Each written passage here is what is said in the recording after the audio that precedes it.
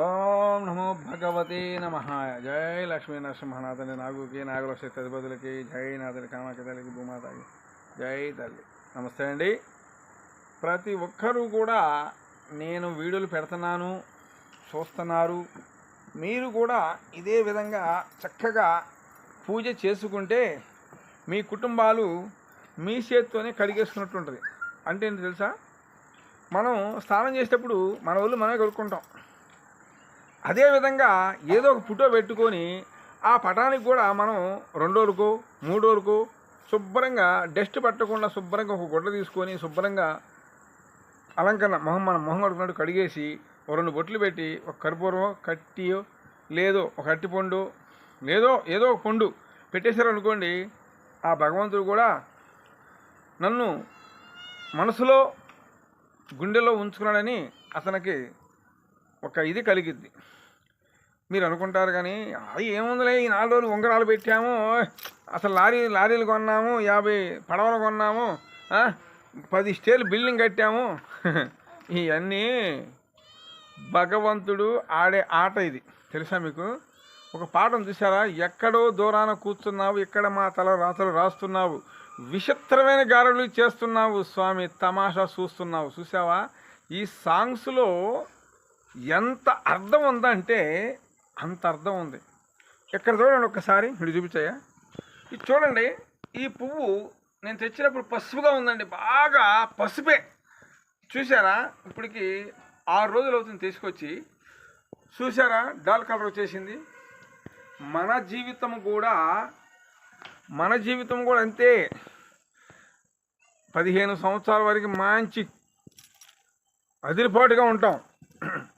అక్కడి నుంచి ఆయుష్ కుంగిపోతానే ఉంటుంది. ప్రతి ఒక్కరికి చెబుతున్నాను, పెద్ద పెద్ద వాళ్ళకు కూడా, గురువు లాంటి వాళ్ళకు కూడా నేను చెప్పేది ఏంటంటే, మీరు కూడా మానవులందరూ కూడా చక్కగా పూజ చేసుకోండి అయ్యా అని చెప్పేసేయండి గట్టిగా. ఎందుకంటే అండి, గురూజీ గారు మీకు కోటి దండాలు చెప్తున్నాను. నేను మీకు శిష్యు లాంటి వాడిని అనుకోవడమే. మనందరం కూడా ఆ భగవంతుడి చేతిలో ఒక కీలు బొమ్మలం. అర్థమైందా?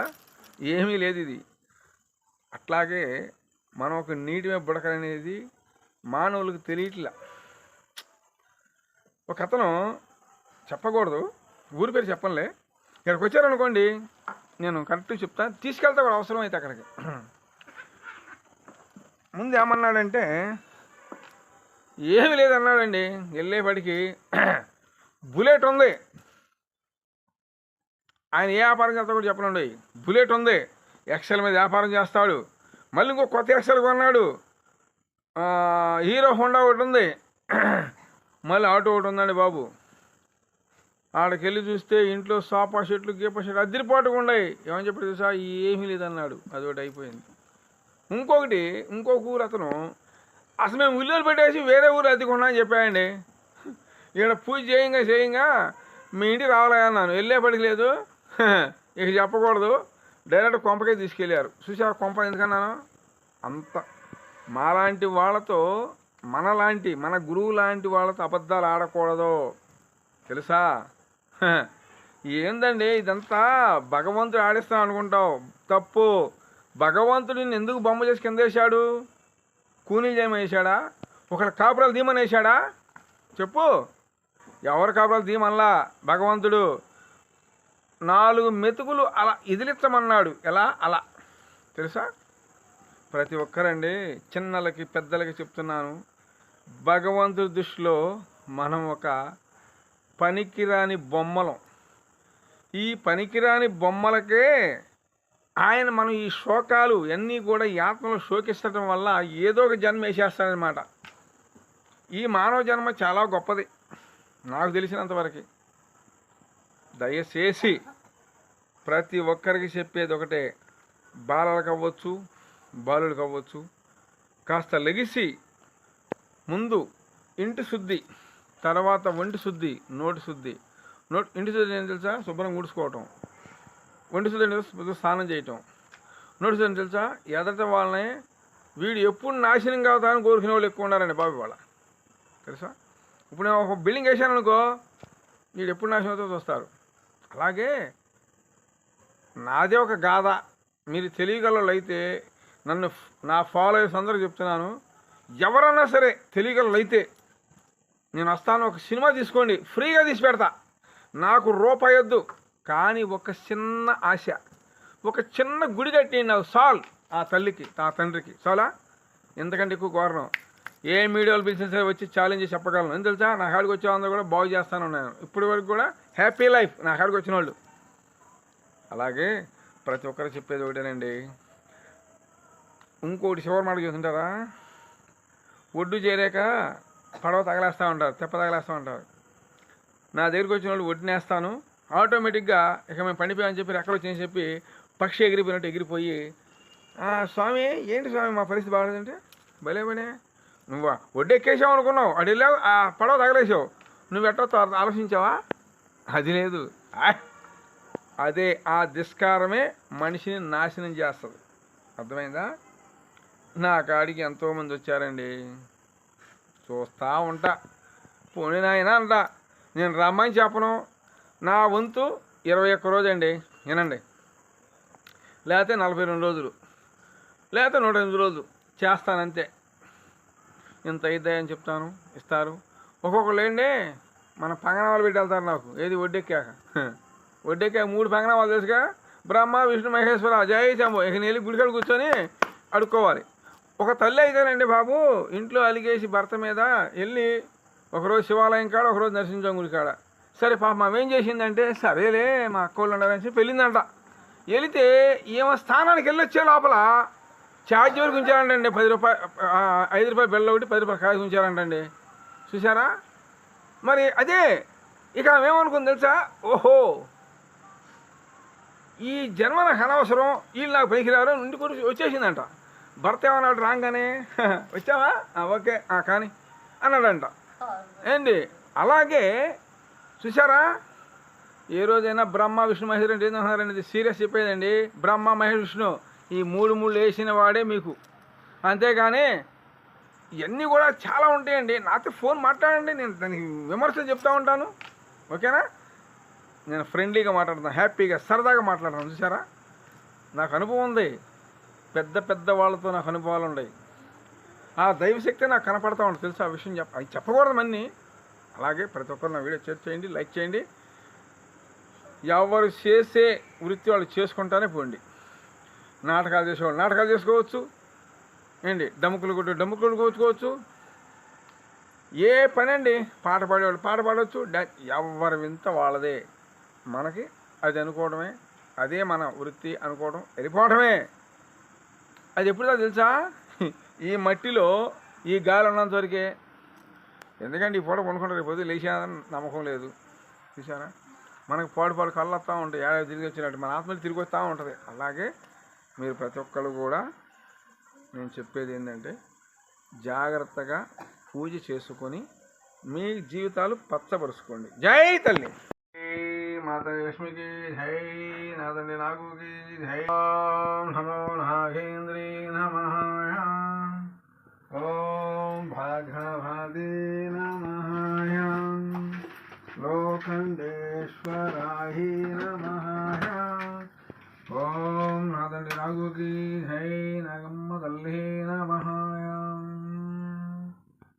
ఓం తల్లి మాతాకి జై, ఓం తల్లి మాతాకి జై, అమ్మ లక్ష్మీ మోహరికి జై, ముగన్నమ్మ తల్లికి జై, ఓం భాగవతి నమః, నా తండ్రి నాగుకి జై, ఓం నమో నాగేంద్రాయ, ఓం నా తండ్రి నాగుకి జై, నా తల్లి కామాఖ్య తల్లికి జై, అమ్మల గన్నమ్మకి జై, మమ్మగన్నమ్మ తల్లికి జై, ఓం కామాఖ్య తల్లి నమః, ఓం భాగవతే నమః, ఓం లోకండేశ్వరాయ నమః, ఓం ఆదిశేషాయ, ఓం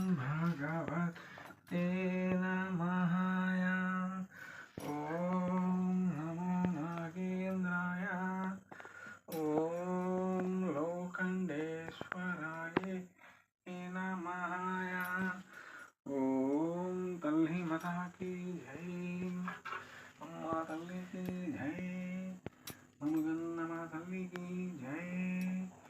ఓం భగవతి నమః, ఓం లోకేశ్వరాయ నమః, ఓం కామాఖ్య తల్లి నమః, ఓం నాథని నాగుకి జై, ఓం నాగేంద్ర స్వామి నమః, ఓం తల్లి మాతాకి కామాఖ్య తల్లి నమః, ఓం తల్లి మాతాకి జై, ఓం భగవతి నమః, ఓం తల్లి మాతాకి జై, ఓం తల్లి మాతాకి జై. చూడండి, చక్కగా మోదుగు పూలతో పెట్టాను అలంకరణ. మోదుగు కాయలు అంటారు, మోదుగు కాయలు మోదుగు పూలతో పెట్టాను. చూడండి, చల్లగా మీ కుటుంబాలంతా కూడా, భూమి మీద ఉన్న మానవులందరూ కూడా చల్లగా ఆనందంగా ఉండాలని నేను ఈ మోదుగు పూలతో చక్కగా పెట్టాను అలంకరణ. చూసుకోండి ఎలా ఎంత బాగుందో. మోదుగు పూలు అవి కూడా కాయలండి. ఈ కాయలు ఇవ్వండి, మోదుగు కాయలు చూసారా.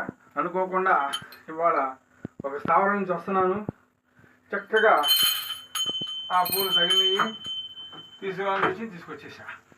అలాగే ప్రతి ఒక్కరూ కూడా ఇలాగే ఏదో పూలతో మీరు కూడా చక్కగా అలంకరణ చేసుకొని, ఏదో తల్లిని మీరు ఇంట్లో ఏర్పాటు చేసుకొని ఉంటే అది కూడా మీ కుటుంబానికి చాలా మేలు కలిగిద్దని నేను చెప్తున్నాను.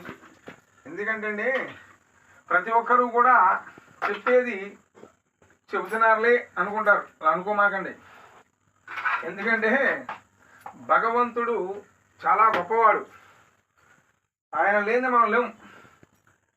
అలాగే మీరేం చేస్తారంటే, ఏదో ఒక దేవతని, ఏదో ఒక దేవుణ్ణి, ఏదో ఒక దేవతని, ఏదో అనురాగం, మీ అనురాగ ఆప్యాయతలతో జై కామాఖ్య తల్లికి జై, ఓం తల్లి మాతాకి లక్ష్మణవారికి జై, మాతాకి నాదండి నాగుకి జై, ఓం కామాఖ్య నమః, జై మాత, జై తల్లి మాతాకి జై.